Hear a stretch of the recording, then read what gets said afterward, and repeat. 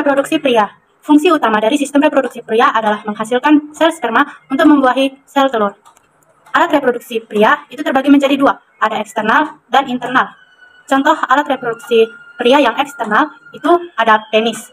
Penis memiliki 3 bagian, yaitu bagian akar yang menempel pada dinding perut, kemudian ada bagian tubuhnya atau batang, kemudian yang terakhir ada bagian gland penis yang merupakan bagian berbentuk kerucut di ujung penis.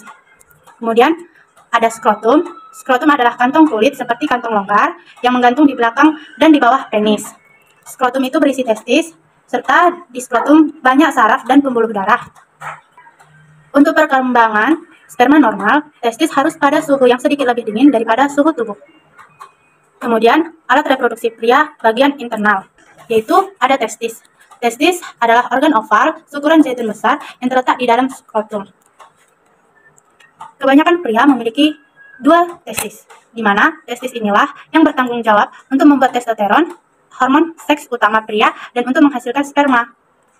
Kemudian ada epididymis. Epididymis itu adalah saluran panjang tabung melingkar yang terletak di belakang setiap testis. Epididymis ini mengangkut dan menyimpan sel sperma yang diproduksi oleh testis. Epididymis ini berfungsi untuk mendewasakan sel sperma.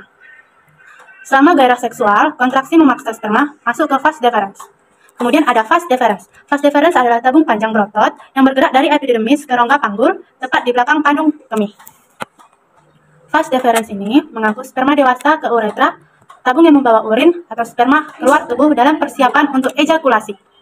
Kemudian ada vesicula seminalis, yaitu kantung mirip kantung yang menempel pada vas deferens di dekat panggul kandung kemih.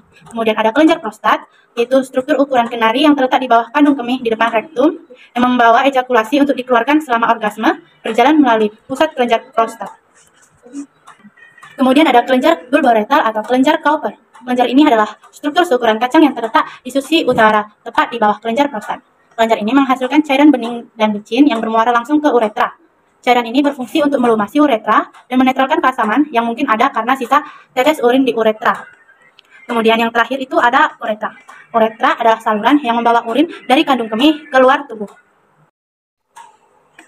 Gangguan pada sistem reproduksi pria.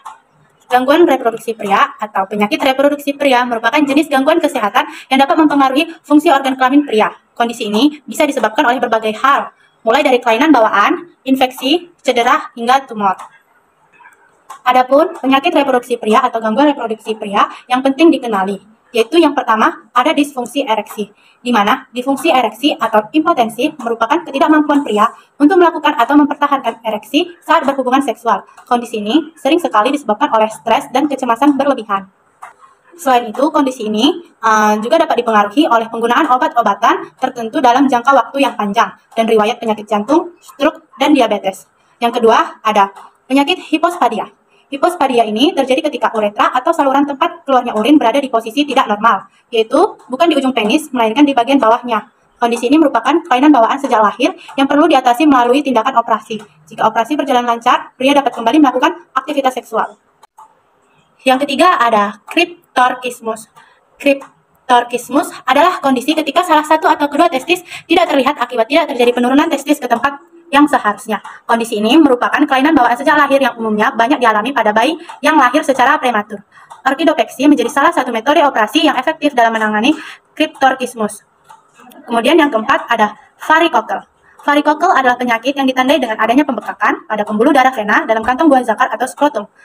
Selain dapat memperkecil testis, penyakit reproduksi pria ini juga dapat menyebabkan infertilitas atau kemandulan akibat berkurangnya produksi dan kualitas sperma. Gejala penyakit varikokel ini biasanya berupa pembekakan pada salah satu buah zakar disertai rasa sakit, terutama ketika tubuh dalam posisi berdiri.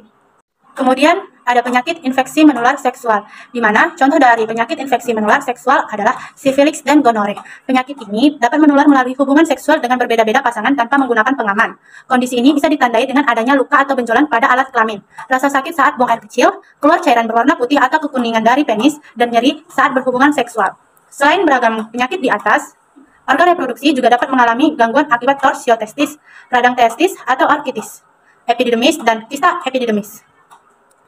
Jika Anda mengalami salah satu atau beberapa gejala yang mengarah ke salah satu penyakit reproduksi pria yang sudah saya sebutkan tadi, segera periksalah diri ke dokter guna mendeteksi penyakit sejak dini dan mendapatkan penanganan sesuai penyebabnya.